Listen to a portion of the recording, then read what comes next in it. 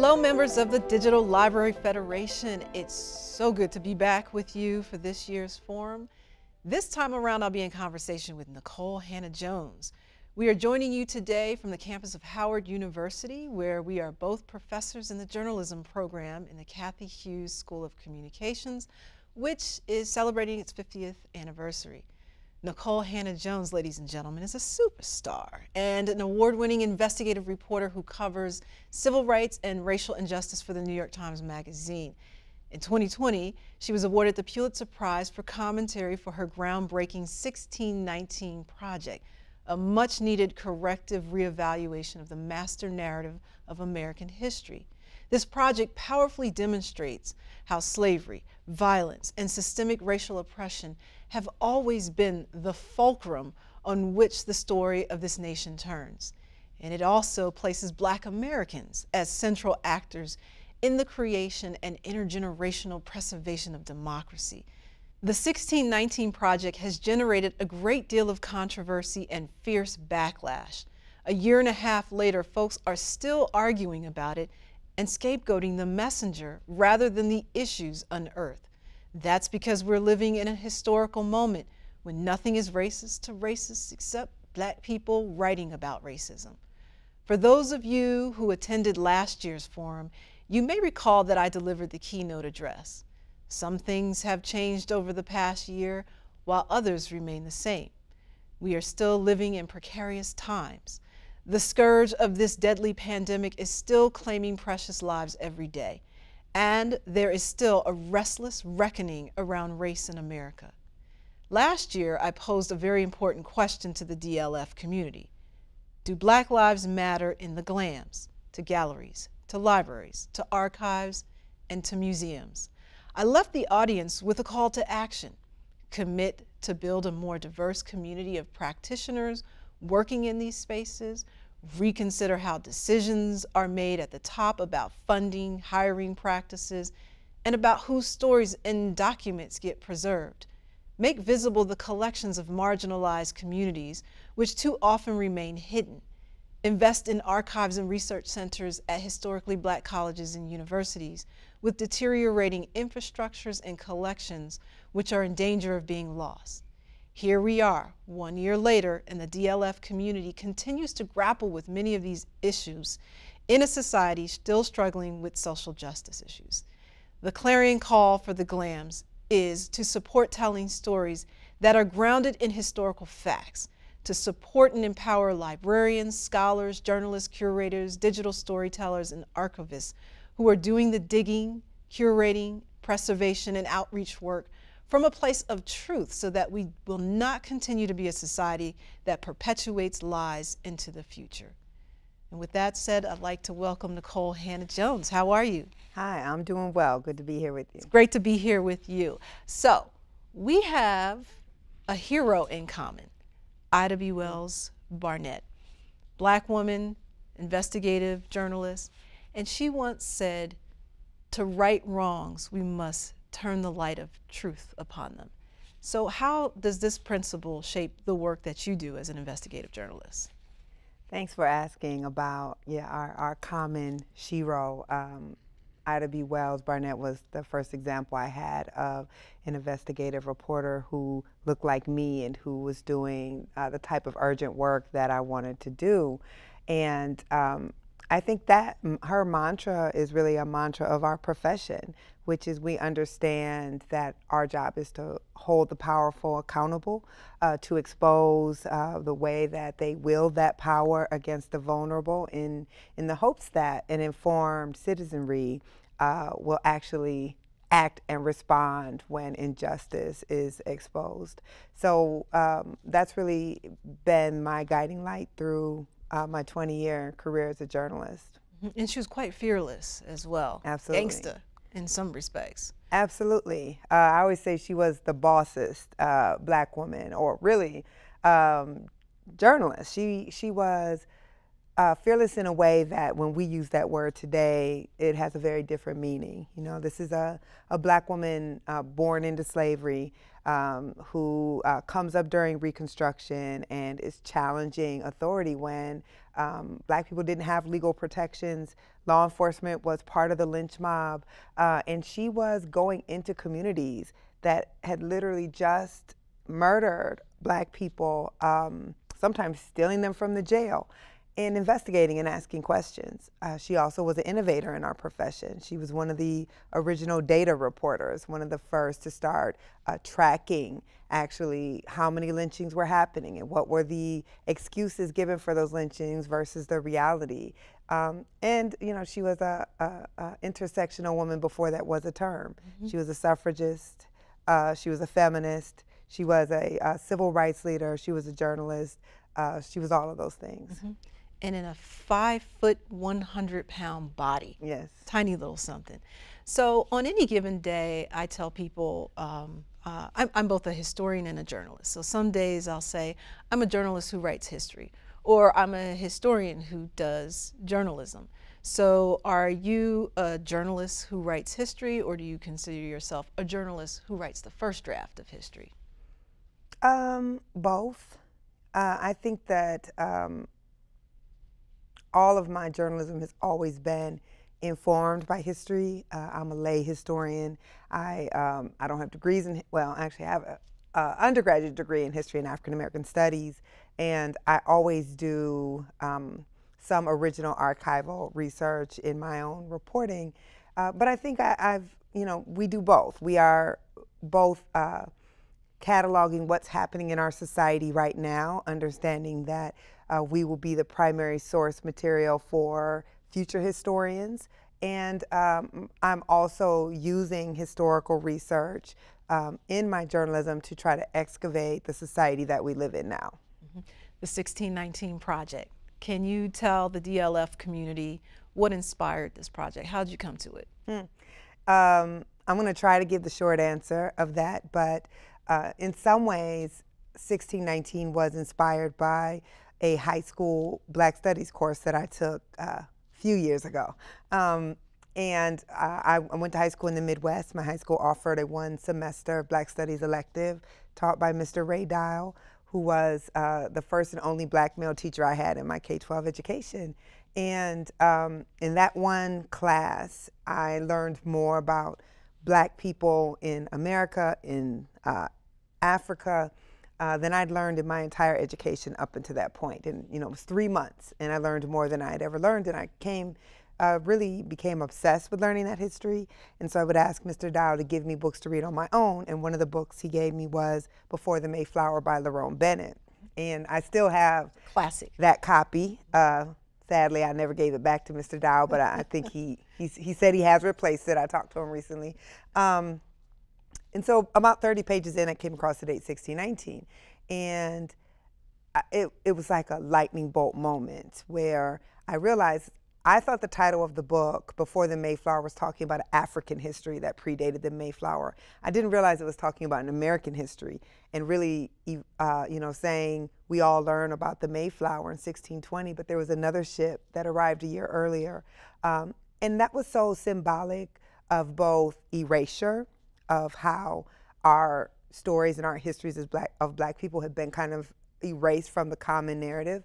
But it was also a power of legacy, which is that it meant a lot to me as a Black child to know that our ancestors had been here since just 12 years after the English, who got all the credit for it. So I've been thinking about that power of that date and also that erased history for my entire adult life.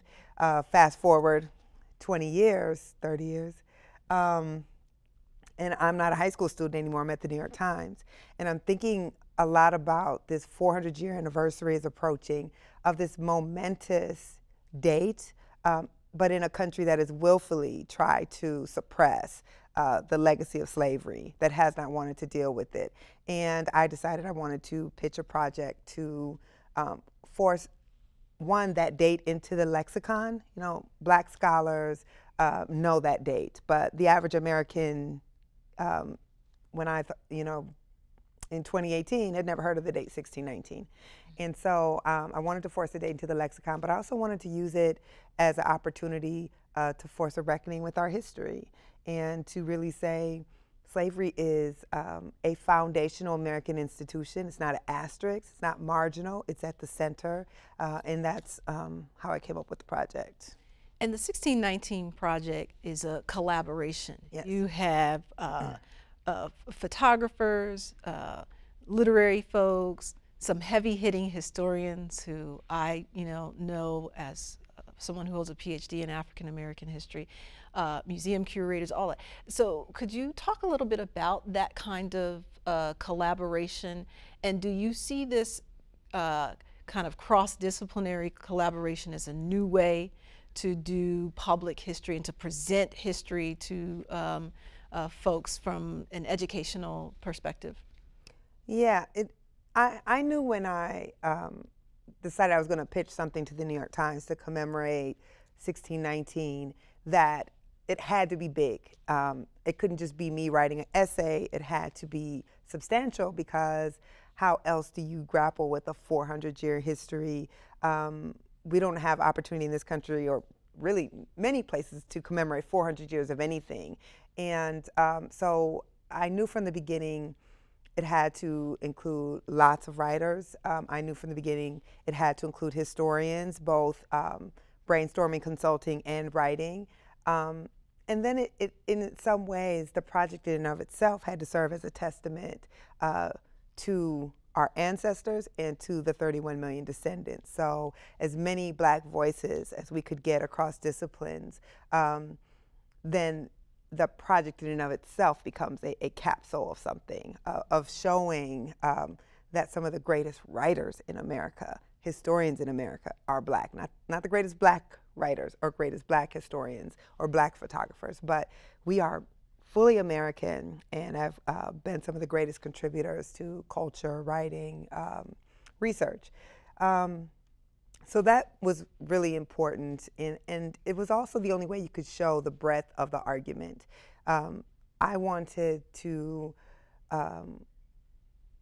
take this story that had been from the margins and show, look at across all these American institutions, and the shadow of slavery can be seen there, even if we've wanted to pretend that it wasn't.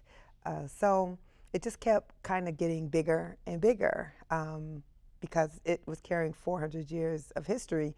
And even as big as the original project was, now, of course, we're turning it into books, and the adult book comes out November 16th, curriculum.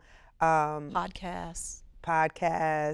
I mean, it's TV and film, because people really embraced wanting to learn this history, and we could never tell it entirely. We could keep expanding this for the rest of my life, and we could never tell the story entirely. But it was important to give us a sense, a peek of all that could be known, but that we're not taught. And I have to tell you, just between you and me, some of my historian friends, those who've been entrenched in the academy for 20, 30 years, particularly in the history profession, have looked at the response to the 1619 project, and some of them will say, she's a journalist. Yes. Now, I got some of that shade when I was in my PhD program at Rutgers. Some of my faculty mentors would say, you don't write like a historian, you write like a journalist, as if that was a bad thing. And I would have to remind them that some of the best histories have been written by journalists. Slavery by Another Name, Doug Blackman. The Warmth of Other Suns, Isabel, journalists. And so I wonder if this kind of collaboration, or the fact that you've written in a journalistic voice, but with an eye to the accuracy of the archives, provides some lessons, particularly for humanities scholars who for so long have been trained to write for these, echo chambers or disciplinary silos. What can they learn from this? Yeah, I mean, I've certainly heard some of that criticism, though that has not been the typical response from historians, particularly Black historians, but historians in general. And, my response to that is very simple. The 1619 Project is a work of journalism. it's not a historical text. These are essays that are using history to make an argument. There's reporting. Every essay leads up to the modern day. All of those essays are linked to what and who we are in America today, and it's using history to inform that argument. And I think we shouldn't gatekeep like that, particularly in a time where history departments are struggling to attract majors, right? Where we're seeing kind of attacks on the liberal arts, like is this a practical skill to have? Well, if only historians should be writing histories or using history, then what is the purpose of the field? I asked this of one of the critics of the project, who was suggesting that journalists shouldn't do journalism because that's what the 1619 Project is. And I said, why create histories if you don't want regular people, non-historians, to read your work and use it in their own, to inform their own? So I don't think that has been the typical response. And in fact, I've heard from a lot of historians and also K-12 social studies teachers that the project has helped permeate that kind of membrane between the academy and regular people's understanding of this history, and that it's made students see how relevant history and the study of history is to understanding their world that we live in today. And of course, historians were always a part of the project. In the original project, several of the essays were written by academic historians, Kevin Cruz, Khalil Muhammad. In the book, almost all of the new essays are written by historians. Everyone from, Martha Jones, Carol Anderson, Ibram Kendi. So the fact, I think, that so many historians, especially those who already are doing a great job of writing for popular audience in places like the New York Times or the Washington Post, they understand that writing in that way just opens up your research and that understanding to a much bigger audience. And I don't see how that can be a negative. I think the DLF community would like to know more specifically about how the 1619 Project collaborated with the museum, the African American Museum in DC. Could you talk a little bit more about that, the role that they played in all this? Absolutely. So what we understood is that the magazine part of the project, so the project is a magazine and a special section of the newspaper, that because the magazine was not a traditional history, we weren't doing the history of slavery in the magazine. What we were doing was saying we are going to write essays about the legacy of slavery. That there was so much history that people didn't have to begin with. Like, we're taught about slavery so poorly that just basic facts of this history are not known. So we began thinking pretty early on about collaborating with the National Museum of African American History and Culture. One of the first things we did when I got the green light to do the project was a group of us went down to the museum. I have been going to the museum since it opened 5 years ago, but none of the other people on the staff who came down had been to the museum.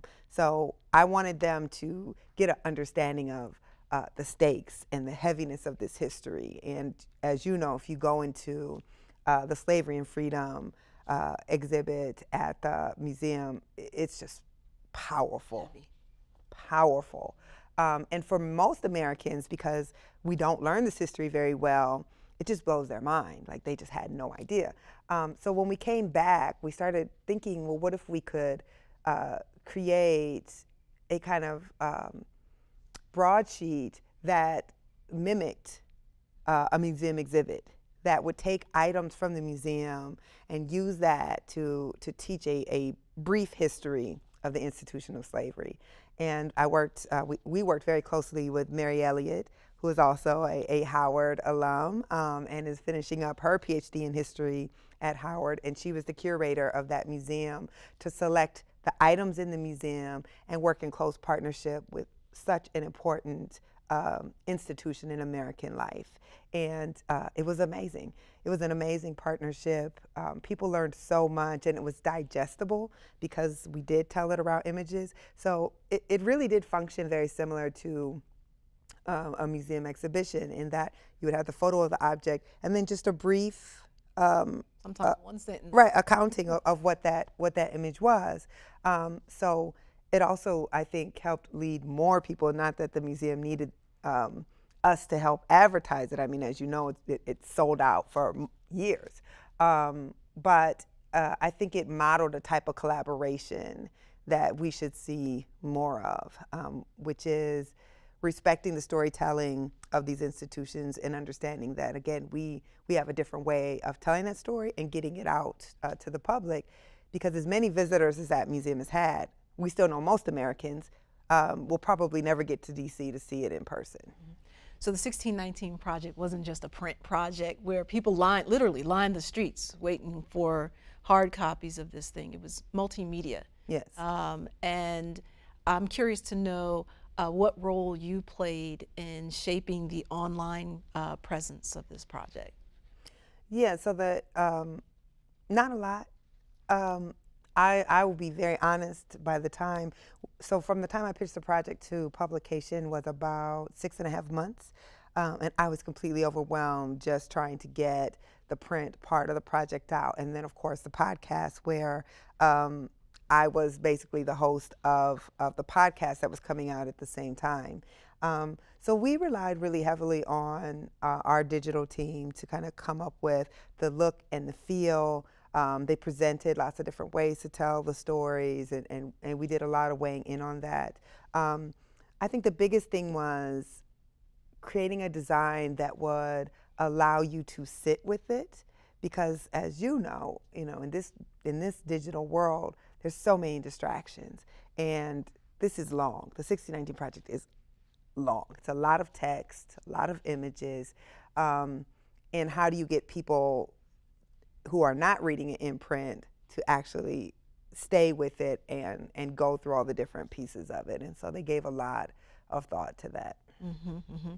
Now, you've gotten a lot of praise, mm-hmm. and you've gotten a lot of scorn. Yes. What's behind both of these reactions? I think what's behind both of them is actually the same thing. It's just people respond to it very differently, which is this is a history they did not know. Mm-hmm. This was an understanding that they did not have. And so the praise came from, no one ever taught me this, and it makes me see America in a different way that I didn't understand, and I didn't know how slavery shaped our politics and our system of capitalism, all of these areas. People just felt this had been a history that had been hidden from them, and that they couldn't help but see their country differently with this framing and these set of facts.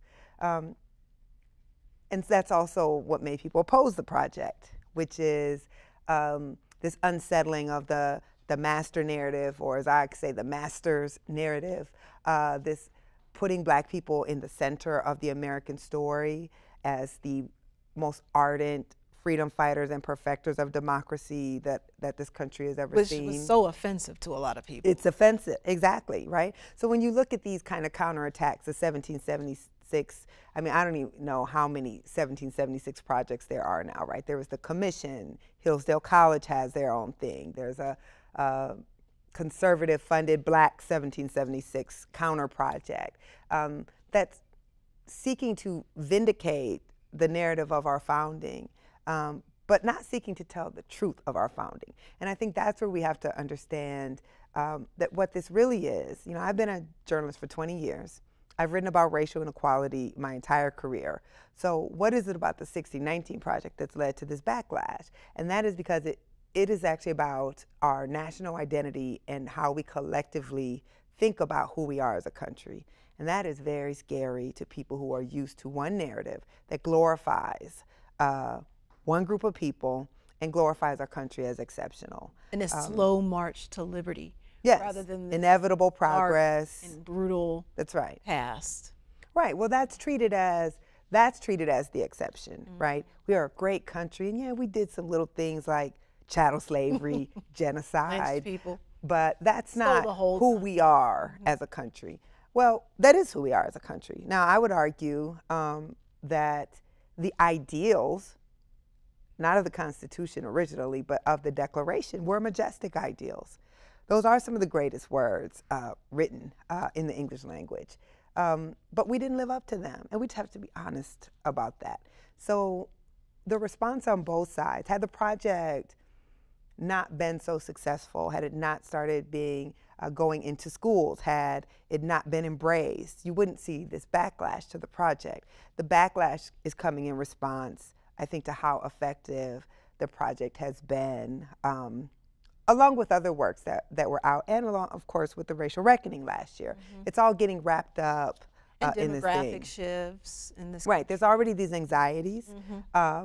But I think what we saw last year with the racial reckoning, which of course is already done, seems like we've already moved on, was people evoking this language of 400 years, of 1619, where, and I've looked a lot at the polling, you saw majorities of Americans, majorities of white Americans, and almost half of Republicans who were saying that racial inequality and structural inequality was a primary cause of black struggle, versus before it was really about individuals. Yes, there's some individual racists, and individual black people need to just take advantage of their opportunities. So when you started to see this connecting of this past, of this legacy, of this 400-year struggle and critiques of structure, that's when you see the backlash. That's when we get this whole critical race theory backlash, this made-up controversy, because it was understanding that kind of the genetic wedge of America is race. And all you have to do is start telling white Americans, look, not only are they trying to demographically displace you, but now they want to displace your history and your heroes and tell you that your people were not the greatest people, your people were bad people, which of course is not what any of this work is doing. And that's how you can drive that resentment and change the focus. And it's been very effective. If you were a white male named Nathan Jones, do you think, you know, as a journalist, white male journalist, Nathan Jones, that this backlash would have been as fierce? Does being the messenger in your body make a difference in terms Yes, of course. So two things. I don't think white male Nathan Jones creates the 1619 Project, let's be frank. This is where I talk about how we treat diversity as some nice thing that we should do, like the right thing to do, but not that it actually is improving our journalism. Not that it's actually like having me in the room or you in the room brings just a different focus and different stories and different reporting. So 1619 Project doesn't exist without someone like me in the room. And then certainly someone like me being the one at the New York Times, not at a black institution, not at a lesser known white institution, but at kind of the citadel of elite American journalism, telling this story clearly leads to the backlash. They don't like how I talk, how I present. They really hate my hair, right? Like because it's a rejection of the uniform, right? It's a rejection of what they have told us we have to do to be successful. And someone like me should not be able to command a project like this at a place like the New York Times and then have the nerve to not just go quietly about it. So all of that is wrapped up in the response, for sure. How dare you, a black woman, invert the gaze onto this master narrative, over the years. And have the nerve to be successful at it. Exactly. If this project had failed at the New York Times. And doing it in your no one would care. Right, right? Because the thing about the project, I mean, this is why, and it's not that the project is above critique, of course it is. You don't produce something this ambitious and this big and not expect critique. There's plenty of things that can be done differently, should have been done differently, and that's not the problem. But it is that we were determined to be unflinching in how we were telling these stories. We weren't going to worry about how did people feel about the stories being told this way. And we were, mainstream journalism centers white people in the white story without saying that's what it's doing. And they call that objective. But we were explicitly saying we are telling the story of black people in this country. We are centering black people in the narrative of the American story. And we're going to be explicit about that. And people had a strong response to that, either positively or negatively. It was about whose voice white America wants yes. to hear. Yes, one historian critic, a Princeton historian. Sean Mullins. Not him, actually. Not him? Okay. Though, yeah, Sean Mullins has found an unending desire to keep trying to not critique the project, but discredit it. Mm-hmm. He's not been successful. But another one wrote, you know, slavery was just but a blip in the history of America, and in what other place could the formerly enslaved write something like this from, you know, again, the citadel of American power with the consent of their former enslavers? He wrote this. So what that tells you is that's what it's really about, is who should have the control of writing these stories at these elite institutions, and that it shouldn't be me. Except it was. There have been times when I've written commentary for the Times, Washington Post, other places, and I consistently, and no matter how surgically precise you are with the facts, right, no matter how deft you are in terms of using the archival material right. to support your point, inevitably you get people who say, you hate white people, you hate America, you're causing all the division. Did you get that kind of response? Of course, right? I mean, there's laws against teaching my project. Two of the most powerful senators, Senator Tom Cotton and Mitch McConnell, sponsored legislation to prohibit the project from being taught in American schools. So yes, and when you read the bills, what the bills say, and you know, I'm a good journalist, but I'm not that powerful. I can't single-handedly destroy America with the work of journalism, right? But that's what it's saying, that if we tell these stories, this is destructive to America. Now, one, that's not my concern as a journalist. My concern as a journalist is try to render the truth as closely as I can. But two, no one who reads my opening essay in the project can come away with anything except a sense of actually patriotism, of saying, my dad flew this flag and I didn't get it, but he actually had every right to fly the flag of the country that his ancestors built. And the critique from the left has been, it's too patriotic, right? So that people would say that this is a project about hating white people, I don't know where that comes from, or trying to destroy America, I don't know where that comes from. But what I will say is, if you think telling an accurate truth about our country might lead children to think our country is racist, then maybe you need to reckon with the fact that our country is racist. Mm-hmm. I don't know what to do with that, right? Because what they're basically saying is, if we taught these truths about what our country actually is, it will give children the perception that we were founded as a racist country. So, okay. Mm-hmm. I don't know what to do with that. Yeah, next.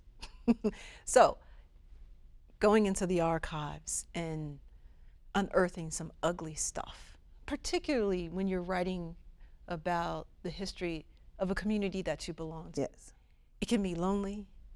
I have shed tears in the archives. I've had to get up from the table, yes, walk away, quit for that day. How has it been for you emotionally to do this work?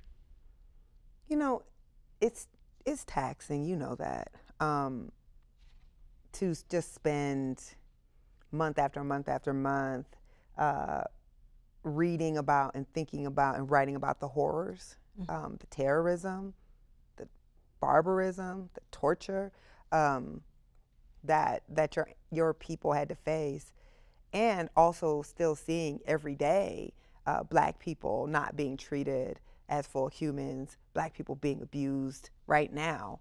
So it's not even something that you can put away as, man, that was messed up a long time ago. Like, you're still seeing it happening right now. Is really hard. And I've said before, you know, drink more bourbon than I should probably, right? But at the same time, the beauty of this work and going into the archives is you're also daily inspired by what you find, right? That you can go in there and be like, in 1830, Black people were writing this. Black people were having these color conventions, and they were laying the groundwork for the 14th, 15th Amendment, right? Like, when you see that, that to me is what lets you keep going, because part of, again, why people have been so angry with the project is we are taught a history that Black people are not actors. We are just acted upon. We let people come steal us, we let people enslave us, then we waited for them to free us. And when you go in the archives and you start seeing, you see that we are the agents, that we were always resisting, we were always responding, we were not even part of the body politic, but refusing to be left outside of it. And that is beautifully fortifying. And it's knowing that, that makes me never feel burdened by the work, but like blessed every single day that I get to do this for a living and I get to excavate our stories for a wider audience, but more importantly for our own communities. So I gotta ask you, because you're like super famous for doing this work. Am I? Yeah, you are, Okay. you are. Do you ever get paranoid when you go into a research center, archive? Because honestly, I do sometimes, and I don't have the same profile that you do, but everybody knows that I write about racism. So if I'm coming and I'm looking for something, you know, I'm gonna dig up some ugly. And so I just imagine these people saying like, oh, Nikole Hannah-Jones is here. Lock down the vertical files. Tell her that those files have not been processed for digitation. Tell her we have nothing. I'm at a point where I might just, you know, get me a really old school Anglo-Saxon archival pseudonym like Lilith Puss Wollstonecraft, something like that, to go into the archives, because I have heard stories where things, particularly if you have a profile like yours and you're Black and you're coming in to write about race, things can't be found. So I wonder if you ever think about that, if you ever have that sense of people might hide stuff from me because they know what I'm gonna do with it. You know, now I'm feeling all naive that I haven't been paranoid. No, so, you know, as an investigative reporter, yes, I always have the sense that people want to hide things from me, and many of them do, but not archives. I haven't had that experience. Now, it could be stuff was being hidden and I didn't know it, but what I found is archivists actually really do care about the story getting out there, and that they've always been extremely helpful. Where I'll call looking for one thing and they're like, oh, but you didn't even, they're like, okay, yes, I'll get you that, but you should look at this. Here's this box. Exactly. Or did you even know that this was in there? This might be something that's interesting for your research. I have found them to be so helpful because, one, not a ton of journalists do what we do, which is go to archives. It's not that common. And they understand that when we're going in the archives, we're giving broader audience to the work they do and the collections, and you don't get into archival work to preserve things that no one's ever gonna look at. You get it to preserve because you hope that it will be of use to our society. So that has not been my experience, but you know, who knows, maybe I should be more paranoid. Critical race theory. Oh, Lord. There's a lot of misunderstanding about what it Yes. actually is. If you had to give a quick definition for the DLF community to clarify, what would it be? So there's critical race theory, the fake conservative propaganda campaign. And then there's critical race theory, that is the graduate level theoretical framework that is not even radical, because all it's saying is we passed all of these civil rights laws. Black people have the same legal rights as all American citizens, and yet we still see inequality all across American life. Why is that? it's because racism and hierarchy is embedded in the structures of our country. And it really started by looking specifically at the legal system. Racism, hierarchy is embedded in the legal systems of our country, which is so unradical that I don't even understand what's the controversy, because obviously it is. I mean, I have a book at home that I use for research, and it's just called Race in the Law. It's like 2 Bibles thick, and it's not a narrative. It's literally just listing race in the law, going back to the 1600s. So actual critical race theory is just a framework to try to understand how 60 years after the civil rights movement, we still have, Black people still are on the bottom of every indicator of well-being. That's not controversial to me. Is it arguing that racism is embedded into our institutions? Yes, that's not controversial to me. Now, critical race theory, the fake controversy and propaganda campaign, is just a savvy tool to stoke white resentment and to really use that to create a wedge between a multiracial political party, which is the Democrat Party, to divide off white voters from that party, and to also use it in order to lay the groundwork to pass really bad regressive policy.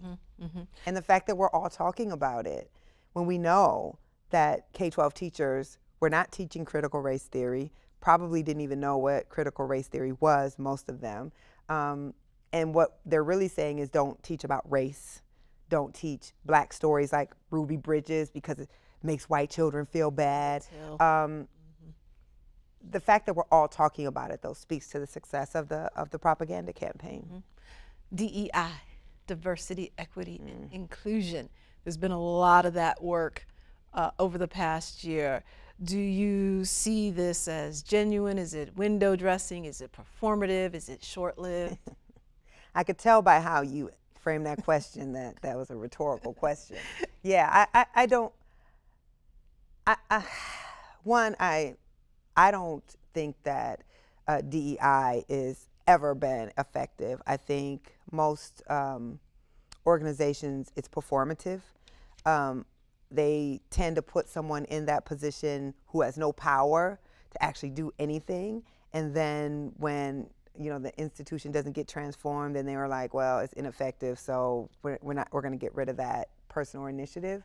I don't even like the word diversity, because what I'm talking about in my work is redress, justice, not just saying all marginalized people are the same, lumping everyone together and saying, let's talk about how we're all, a beautiful kaleidoscope. No, I want to talk about why are Black people at the bottom of every indicator of well-being, and what about your institution is leading to that, and then how do you make it right?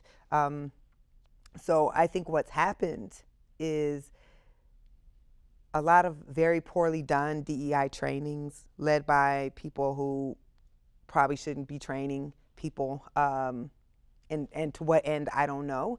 And then that has then been used, of course, against people who are doing actual work for justice.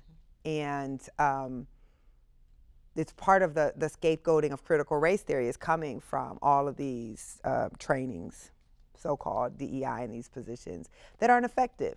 We can just look at a year and some months out from all the Black Lives Matter protests, and every company, right, was coming up with this, support of Black lives and investing in diversity and inclusion training. And a year later, what's the result? Did more people get hired? Do more people have power? Are you even talking about it anymore? Or did you spend some money, bring in someone who made you feel bad for an hour, and now you've done your self-flagellation and you can move on without actually fundamentally changing anything? So no, I'm highly suspicious of almost all of these trainings. And I just think it's an easy way not to have to do the real work. You and I are sitting on hallowed ground here at Howard University, the Mecca. Yes. With a long and rich history of producing change makers, producing journalists and others. And there's also a very rich trove of archival material on this campus. So, and you've brought millions of dollars to Howard. How do you plan to engage students in the archives? Spingarn is not far from where we sit. What are your plans to do with journalism students and this material as you move forward here? Yes, thank you for asking that. I know that this is such important work for you as well, and this is clearly the right audience to have these conversations because, as you know, Howard is sitting on really the largest repository of Black life in the world. And unfortunately, though, because Black institutions have always been under-resourced, it has not been able to be digitized in the way that it needs to be, which means the public can't access this just amazing trove of global Black life. So I specifically, when I came here, asked to have my office in the undergraduate library, which is where, you know, those archives are moving, because I'm like, I want to be working in those archives. I want to teach budding journalists how to do original archival research. The Black Press archives there, I'm going to be teaching classes where we're going to go in there and read those, right? We're going to read, you know, the center I'm building is called the Center for Journalism and Democracy, and the democratizing press was the Black press. It was the Black press that was calling out, of course, all the ways that this so-called democracy was failing. And I want students to be able to go in there and do original research and go through those archives, smell it and feel it. There's just certain things, you know, you can read a book where someone else has done archival research, but that's through their prism, and they've decided what they feel is important for you to know. But some of my greatest finds in my research are things that have never appeared in anybody's book. You know, I was researching at the archives at the University of Michigan for this school desegregation case, Milliken v. Bradley, and I was reading the judge's archives over that case. And he was writing notes in the margins of the research that was being submitted, and you could see his thinking in a way that never came out in his ruling, just because I'm reading his handwritten notes in the archives. Like, that's a beautiful piece of discovery that I don't think enough journalists or students at all get to have. I mean, that's why we love journalism, right? It's that digging, that odyssey of discovery. So I'm so excited to take students into the archives, to have the archivists show them what's in there, to learn how to do this research. But we need funding, and I'm fundraising for the archives to help with digitization. My understanding is that at its peak, that archive, the Moreland Spingarn, had 50 employees, and now it has about 5. This is not, these archives are not a treasure for Howard, they are a treasure for the world.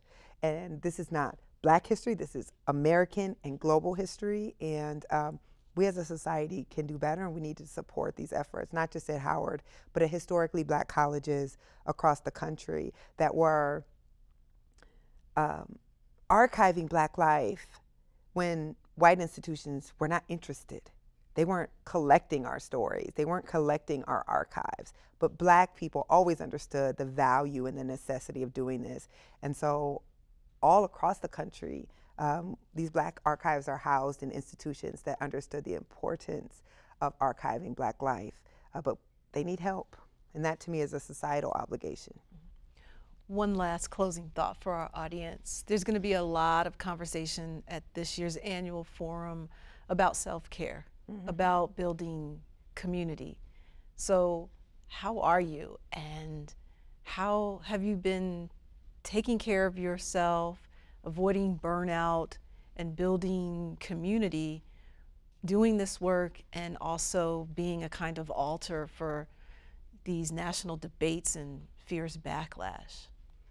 Thank you for asking that. I say all the time, I always get asked that question by other Black women because clearly Black women understand the weight of this work, and even though it's work that is not a burden, it still is a weight. And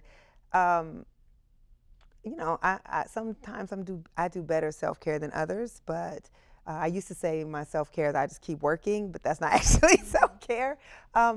Except I do feel like so fulfilled by the work that I do. So I've been trying to take more time to not be working on things, to relax. Now that we can actually see people sometimes in COVID, because I'm a very social person, and it really would be being around my friends and, you know, my found family that would nourish me. And so spending the last year and a half with all these attacks in isolation was really taxing. It was not good. But I'm in like a great place right now. I'm so proud of the 1619 book that we've put together. And that's coming out in soon. November. Yeah, November 16th. And you know, coming to Howard, which is like my lifelong dream. I know it was a dream of yours as well to be here.